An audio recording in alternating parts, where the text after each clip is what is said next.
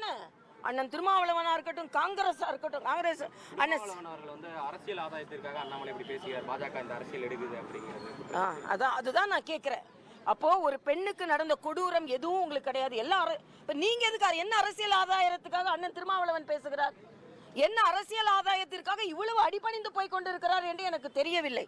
ஆக திராவிட முன்னேற்ற கழகத்தின் கூட்டணி கட்சிகள் தான் அரசியல் ஆதாயத்திற்காக கப்சிப்புன்னு இருக்காங்க. இதே இது எங்கேயாவது குஜராத்ல நடந்திருந்தா, உத்தரப்பிரதேசத்துல நடந்திருந்தா குரல் கொடுப்பாங்க. தமிழ்நாட்டுல பக்கத்து தெருவில் நடந்தா குரல் கொடுக்க மாட்டாங்க. உடனே நாங்க ட்விட்டர்ல போட்டா உங்க ஊரை பாரு, அந்த ஊரை பாரு, நம்ம ஊரை பாரு, நம்ம பெண்ணுக்கு பாதுகாப்பா இருக்காங்களா? நீங்க திமுக தான் ஆட்சியில் இருக்கு, அதுக்கு நாங்க கேள்வி கேட்க தான் செய்வோம். அது செல்வ பெருந்தகையான ஒரு சும்மா ஒரு அறிக்கை, திருமாவளவன் அதையும் கேட்க மாட்டாரு.